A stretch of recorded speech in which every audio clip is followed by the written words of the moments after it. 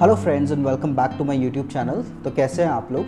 तो आज की इस वीडियो में हम बात करेंगे कि आप अपना पैन कार्ड ऑनलाइन कैसे अप्लाई कर सकते हैं। तो पैन कार्ड एक बहुत इंपॉर्टेंट डॉक्यूमेंट होता है। ये आपके टैक्स के लिए या आपको बैंक अकाउंट या अपना कोई डीमेट अकाउंट खुलवाना होता है तो उसके लिए पैन कार्ड बहुत इंपॉर्टेंट होता है। और पैन कार्ड का मेनली जो पर्पस होता है वो होता है कि आपका जो फाइनेंशियल ट्रांजैक्शंस है वो इनकम टैक्स डिपार्टमेंट ट्रैक कर पाए। और ये आपको जब आप अपनी आईटीआर फाइल करते हैं, जो टैक्स रिटर्न्स फाइल करते हैं, उसमें भी पैन कार्ड का बहुत इंपॉर्टेंस होता है। तो इसलिए पैन कार्ड एक इंडिविजुअल के पास होना बहुत ज़रूरी है। तो आज की इस वीडियो में मैं आपको स्टेप बाय स्टेप गाइड बताऊंगा कि आप ऑनलाइन पैन कार्ड कैसे अप्लाई कर सकते हैं। तो मैं अपनी स्क्रीन शेयर के ज़रिए आपको एक एक स्टेप बताऊंगा कि कैसे आप पैन कार्ड ऑनलाइन अप्लाई कर सकते हैं। तो आइए इस वीडियो को शुरू करते हैं। तो गाइज़ ये है nsdl.com। जैसे आप इस वेबसाइट को ओपन करेंगे तो आपके पास ये ऑनलाइन पैन एप्लीकेशन का एक पेज शो हो जाएगा। तो यहाँ से आप अपना पैन कार्ड ऑनलाइन अप्लाई कर सकते हैं। अगर आपके पास ऑलरेडी पैन कार्ड है और अगर आप पैन कार्ड डाउनलोड करना चाहते हैं या रीप्रिंट कराना चाहते हैं तो भी ये इस वेबसाइट पे हो जाएगा। और जब आपने अगर पैन कार्ड अप्लाई कर दिया है और अपनी एप्लीकेशन का स्टेटस अगर आपको जानना है तो वो भी आपको यहाँ पे know status of your PAN application के ज़रिए मिल जाएगा। तो अभी हम बात करते हैं पैन कार्ड कैसे अप्लाई करते हैं। तो उसके लिए आपको यहाँ पे अप्लाई ऑनलाइन के ऑप्शन पे आना है और जैसे आप इस पे आएंगे तो आपको यहाँ पे अपनी एप्लीकेशन टाइप सेलेक्ट करनी है। तो अगर आप एक इंडियन सिटीज़न है और एक नया पैन कार्ड अप्लाई कर रहे हैं तो आपको सेलेक्ट करना है इंडियन सिटीज़न फॉर्म 49A। अगर आप एक फॉरेन सिटीज़न हैं और आप पैन कार्ड अप्लाई करना चाहते हैं तो आपको सेलेक्ट करना है फॉरेन सिटीज़न फॉर्म 49A। तो अभी हम सेलेक्ट करेंगे new pan Indian citizen form 49A। Category में आपको इंडिविजुअल सेलेक्ट करना है अगर आप खुद के लिए PAN card as an individual apply कर रहे हैं। अगर आप अपनी फर्म के लिए या किसी ट्रस्ट के लिए या किसी अपनी कंपनी के लिए अप्लाई कर रहे हैं तो आप अदर ऑप्शंस चूज़ कर सकते हैं। तो अभी हम इंडिविजुअल सेलेक्ट करेंगे। टाइटल आप अपने हिसाब से डाल सकते हैं, जो भी आपका टाइटल है, जैसे श्री, श्रीमती, कुमारी। अभी हम यहाँ पे सेलेक्ट करते हैं श्री। लास्ट नेम आप अपना जो सरनेम है वो यहाँ पे डालेंगे और फर्स्ट नेम में आप अपना फर्स्ट नेम डालेंगे। तो मैं यहाँ पे रैंडम नेम यूज़ कर रहा हूँ। मिडिल नेम, अगर आपका कोई मिडिल नेम है जैसे होता है जैसे गौरव कुमार गुप्ता, तो कुमार मिडिल नेम है। तो अगर आपके नाम में कोई मिडिल नेम आता है तो आप मिडिल नेम यहाँ पे डाल सकते हैं। डेट ऑफ बर्थ या इनकॉर्पोरेशन। अब अगर आप एक इंडिविजुअल है तो आप अपनी डेट ऑफ बर्थ डालेंगे। अगर आप एक कंपनी के लिए पैन कार्ड अप्लाई कर रहे हैं तो यहाँ पे आप डेट ऑफ इनकॉर्पोरेशन डालेंगे। डेट ऑफ इनकॉर्पोरेशन मतलब जब आपकी कंपनी स्टार्ट हुई। तो यहाँ पे मैं अपनी डेट ऑफ बर्थ डाल देता हूँ। ईमेल आईडी, आपका जो ईमेल आईडी है वो यहाँ पे आएगा, तो मैंने अपना ईमेल आईडी यहाँ पे डाल दिया। मोबाइल नंबर, आप अपना मोबाइल नंबर डालेंगे जो एक्टिव मोबाइल नंबर है। अब यहाँ पे आपको इसको चेक बॉक्स को सिलेक्ट करना है। ये चेक बॉक्स क्या बोल रहा है कि ये जो आपने डेटा दिया है और आप गवर्नमेंट को कंसेंट दे रहे हैं कि आपका जो भी पर्सनल डेटा है वो टैक्स रिलेटेड सर्विसेज के लिए यूज़ किया जा सकता है। ठीक है, तो इसको आप सेलेक्ट करेंगे और नीचे ये जो कैप्चा कोड है ये आप यहाँ पे डालेंगे। जैसे आप कैप्चा कोड डालेंगे तो आपको यहाँ पे क्लिक करना है सबमिट। अब देखिए ये पैन कार्ड जैसे आप एप्लीकेशन सबमिट करेंगे तो आपके पास ये मैसेज आएगा।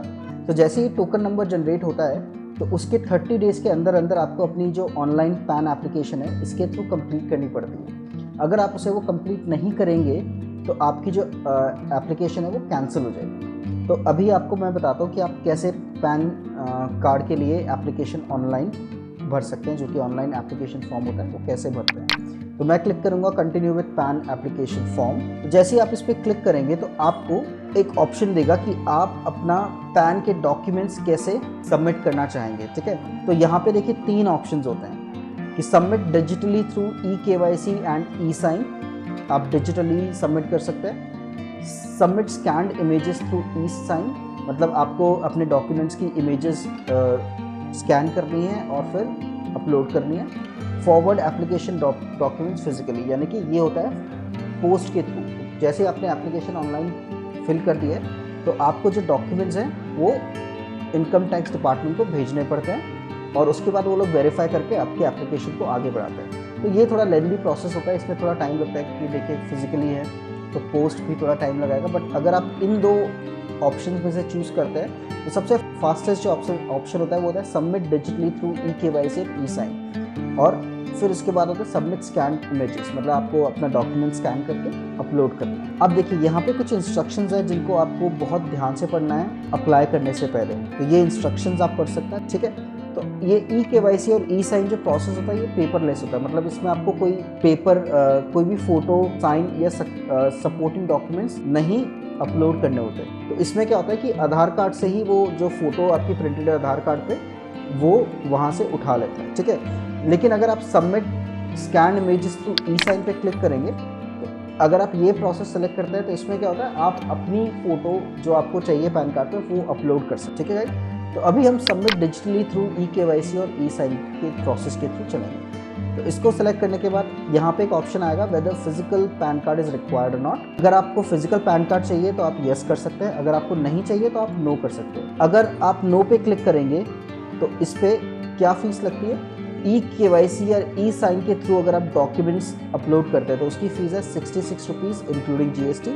अगर आप फिजिकल मोड यानी कि आप कुरियर से भेजते हैं अपने डॉक्यूमेंट्स तो उसकी फ़ीस है 72। कि अगर आप येस पे क्लिक करते हैं तो फिजिकल पैन कार्ड या ई पैन कार्ड जो भी आपका होगा, अगर आपने एप्लीकेशन ई-केवाईसी और ई साइन पेपरलेस एप्लीकेशन के थ्रू सेलेक्ट करी है तो उसकी जो फीस है 101 रुपीज़ इंक्लूडिंग GST है। और अगर ये फिजिकल मोड के थ्रू है तो दैट मीन्स इसकी जो फीस होगी 107 रुपीज़। और वही फॉरेन एड्रेस पे अगर आप पैन कार्ड डिस्पैच कराना चाहते हैं तो और अगर आपने जो एप्लीकेशन है वो ई साइन स्कैन बेस्ड डॉक्यूमेंट्स के थ्रू अपलोड करा है तो इसकी जो फीस है वो है 1011 रुपये।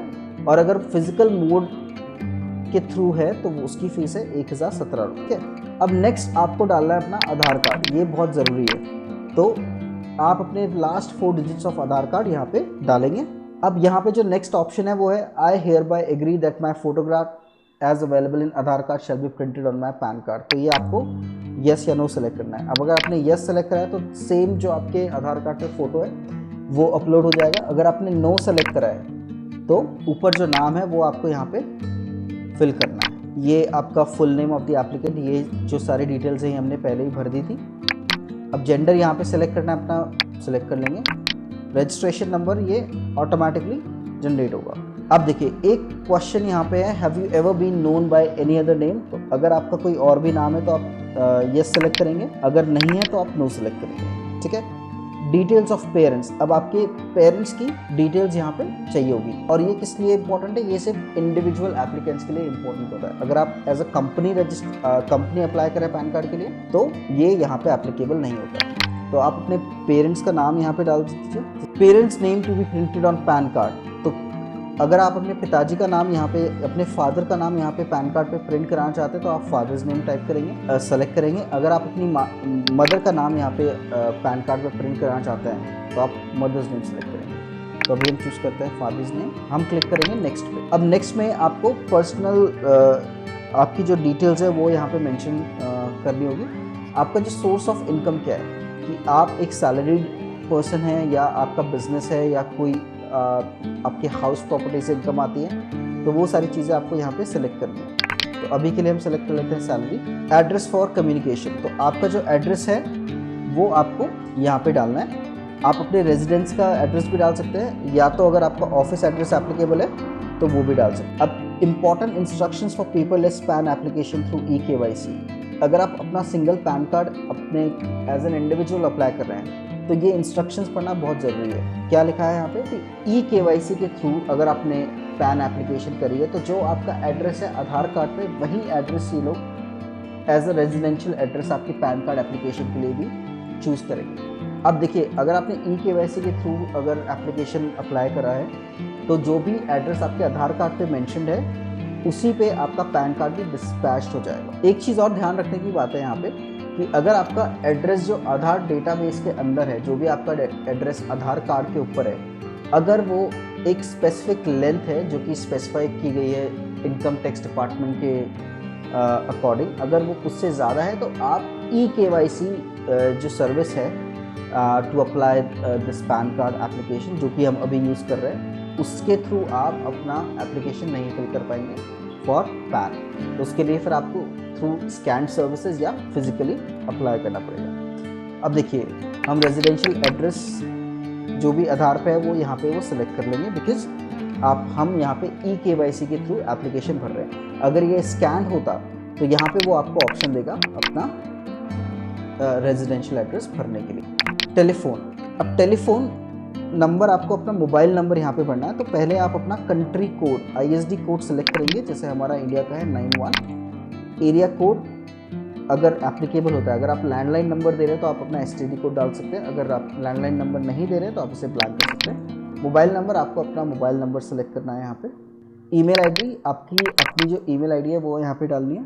अपॉइंटिंग रिप्रेजेंटेटिव असेसी, इस पर आपको नो सेलेक्ट करना है। अब कॉन्टैक्ट्स एंड अदर डिटेल्स, जो AO कोड है, AO कोड भरने के लिए आपको ये नीचे देखिए ऑप्शन देगा to help on AO code select from the following. तो देखिए गाइस, AO कोड क्या होता है? AO code is a combination of area code, AO type, range code या AO नंबर। ठीक है। अब पैन कार्ड जब आप अप्लाई करते हैं तो आपको एक AO कोड बताना पड़ता है। अब AO कोड आप कैसे सेलेक्ट कर सकते हैं अपनी एप्लीकेशन के अंदर? देखिए नीचे यहाँ पे एक गाइड होती है जिसके थ्रू आप AO कोड अपना सेलेक्ट कर सकते हैं। आपको पहले सेलेक्ट करना है आप इंडियन सिटीजन हैं, डिफेंस एम्प्लॉयज़ हैं, गवर्नमेंट कैटेगरी में आते हैं कि NRI या फॉरेन सिटीजन है। तो हम सेलेक्ट करते हैं इंडियन सिटीजन। तो स्टेट, जिस स्टेट से आप अप्लाई कर रहे हैं वो आप सेलेक्ट कर सकते हैं, जैसे फॉर एग्जांपल दिल्ली, और सिटी भी आप डालेंगे दिल्ली। ठीक है। तो जो भी आपका वार्ड है उसके अकॉर्डिंग आप अपना AO कोड सेलेक्ट कर सकते हैं। मैंने ये सेलेक्ट कर दिया। ठीक है। बाकी AO कोड के रिगार्डिंग और इन्फॉर्मेशन चाहिए तो उसका लिंक मैं आपका डिस्क्रिप्शन में डाल दूँगा, तो आप वहाँ पे जाके और भी डिटेल्स आप पढ़ सकते हैं। अब हम क्लिक करेंगे नेक्स्ट पे, और जैसे हम नेक्स्ट पे क्लिक करेंगे तो आपको जो डॉक्यूमेंट्स सबमिट कराने हैं उसकी एक लिस्ट यहाँ पे आपको दिख जाएगी। तो अब क्योंकि ये eKYC सर्विस है तो यहाँ पे आपको कोई डॉक्यूमेंट्स अपलोड करने की ज़रूरत नहीं है। ठीक है। तो देखिए क्या लिखा हुआ है यहाँ पे, we have enclosed proof of identity, Aadhaar card, क्योंकि ये eKYC है सर्विस है तो ये आधार कार्ड से लिंक्ड होता है। तो आधार कार्ड का जो भी डेटा है वो आपको ऑटोमेटिकली इस एप्लीकेशन में अटैच हो जाएगा। प्रूफ ऑफ एड्रेस भी आधार कार्ड है और proof of date of birth भी आधार कार्ड है। डिक्लेरेशन बहुत इंपॉर्टेंट है, दैट आई, आपका जो नाम है, the applicant in the capacity of himself. अगर आप अपने लिए कर रहे हैं तो हिमसेल्फ पे क्लिक करेंगे, अगर आप किसी और के लिए कर रहे हैं रिप्रेजेंटेटिव असेसी। अब ये रिप्रेजेंटेटिव असेसी का मतलब क्या होता है? अगर आप किसी माइनर के लिए पैन कार्ड अप्लाई कर रहे हैं तो ये अप्लाई होता है। Do hereby declare that what is stated above is true to the best of my information and belief। ठीक है। यहाँ पे आप अपना प्लेस डालिए, जो भी आपकी सिटी है वो डालिए, और डेट जिस दिन आप भरेंगे उस दिन। उसके बाद आपको क्लिक करना है सबमिट पे। अब देखिए जैसे ही आप सबमिट पे क्लिक करेंगे, आप जैसे ही सबमिट पे क्लिक करेंगे तो आपके पास एक पेमेंट सेक्शन के ऊपर आपको रीडायरेक्ट कर दिया जाएगा। तो वहाँ पे आप पेमेंट कर सकते हैं अपना कार्ड या UPI के थ्रू आप पेमेंट कर सकते हैं। और जैसे आप पेमेंट करेंगे, ठीक है, तो उसके बाद आपको कंटिन्यू पे क्लिक करना है। अब जैसे आप कंटिन्यू पे क्लिक करेंगे तो आपके पास एक ऑप्शन आएगा आधार ऑथेंटिकेशन का, तो आप आधार के थ्रू ऑथेंटिकेट कर सकते हैं। जैसे आप ऑथेंटिकेट पे क्लिक करेंगे तो आपके पास एक ऑप्शन आएगा कंटिन्यू विथ eKYC, और उस पर आप क्लिक करने के बाद आपके पास एक OTP जनरेट होगा जो कि आपके आधार कार्ड से लिंक्ड है नंबर, उस पर OTP आएगा। उस OTP को डालिए और फॉर्म को सबमिट कर दीजिए। अब उसके बाद E-साइन पे क्लिक करेंगे, अपना 12 डिजिट का आधार कार्ड नंबर डालना है। उसके बाद OTP आएगा उस मोबाइल नंबर पे जो कि आपके आधार कार्ड से लिंक्ड है। आप OTP डालिए और एप्लीकेशन को सबमिट कर दीजिए। उसके बाद आपके पास एक एक्नॉलेजमेंट स्लिप जनरेट होगी जिसमें आपका date of birth as your password होगा। तो जब भी आपको वो एक्नॉलेजमेंट रिसीट है उसको ओपन करना है तो आपको एज अ पासवर्ड अपना डेट ऑफ बर्थ डालना होगा। तो देखा दोस्तों आपने कि पैन कार्ड को अप्लाई करना ऑनलाइन कितना आसान है। तो अगर आपने अभी तक पैन कार्ड अप्लाई नहीं किया है तो आप अभी जाइए और मैंने जो स्टेप्स आपके साथ शेयर करे हैं उनकी मदद से आप पैन कार्ड को ऑनलाइन अप्लाई करिए। बहुत ही इजी प्रोसेस है, ज़्यादा टाइम भी नहीं लगता है, विदिन 5 to 7 मिनट्स आपका पैन कार्ड अप्लाई हो जाएगा। ध्यान रखिए इसकी जो फ़ीस है वो है 93 rupees excluding goods and service tax. तो थैंक यू सो मच दोस्तों इस वीडियो में यहाँ तक के लिए बने रहने के लिए। और अगर आपने मेरे चैनल को सब्सक्राइब नहीं किया है तो प्लीज़ सब्सक्राइब करिए, इस वीडियो को ज़्यादा से ज़्यादा लोगों के साथ शेयर करिए और बेल आइकन ज़रूर दबाइए जिससे आपको मेरी और नई वीडियोस के बारे में नोटिफिकेशन लगातार मिलती रहे। Till then take care, bye bye and जय हिंद। Thank you.